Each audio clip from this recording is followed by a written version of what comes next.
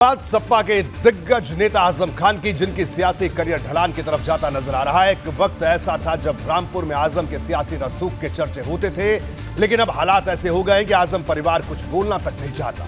अब्दुल्ला की विधायकी रद्द हुए 4 दिन से ज्यादा बीत गए, लेकिन परिवार की तरफ से इस फैसले पर कुछ नहीं कहा गया। वहीं भाजपा नेता आकाश सक्सेना ने अब अब्दुल्ला से वोट का अधिकार छीनने के लिए चिट्ठी लिखी है।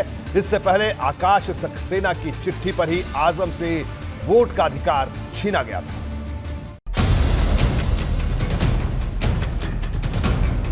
तेरह फरवरी को आजम खान और अब्दुल्ला आजम को 15 साल पुराने मामले में सजा हुई।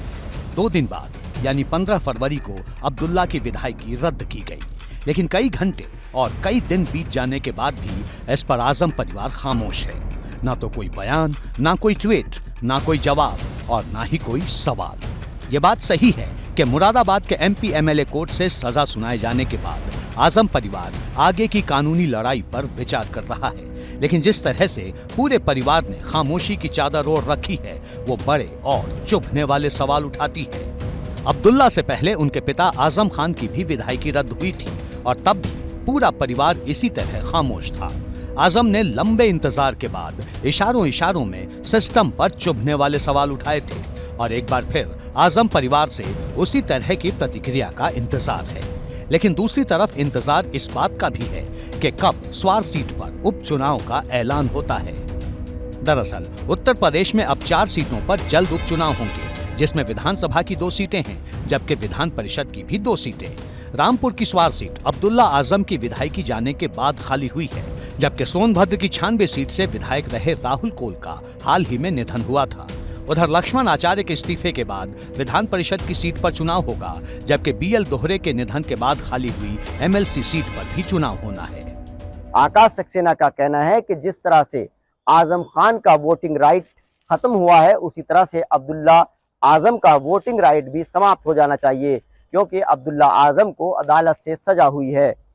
अब्दुल्ला आजम के वोटिंग राइट खत्म करने को लेकर रामपुर के लोगों में मिलीजुली प्रतिक्रिया है। लोगों का कहना है कि अदालती मामला है, इसलिए जो हो रहा है वो अच्छा ही हो रहा है।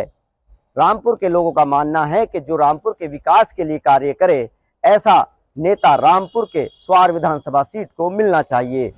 अब्दुल्ला आजम की विधायकी जाने के बाद भाजपा का पूरा फोकस स्वार सीट पर है और फिर एक बार उसी तरह से रणनीति तैयार की जा रही है, जैसे पिछले 2 उपचुनाव में की गई है।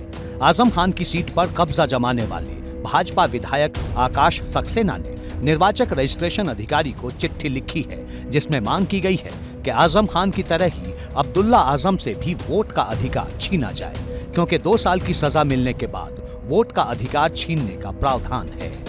हमने निर्वाचन रजिस्ट्रीकरण अधिकारी को ये पत्र लिखा है कि चूंकि स्वार विधानसभा की सीट अब्दुल्ला आजम को मुरादाबाद एमपी एमएलए कोर्ट से निर्णय के बाद ये रिक्त कर दी गई है, हमने ये मांग की है कि आरपी एक्ट की धारा 16 के अंतर्गत इनका वोट देने का अधिकार समाप्त किया जाए।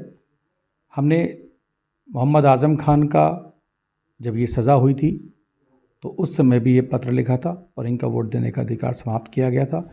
यानी किसी भी वक्त अब्दुल्ला आजम से वोट का अधिकार छीनने वाली चिट्ठी जारी हो सकती है। इससे पहले आकाश सक्सेना की चिट्ठी पर ही निर्वाचन अधिकारी ने आजम खान से वोट का अधिकार छीना था। यानी रामपुर में आजम परिवार को एक बड़ा झटका लगना अभी बाकी है।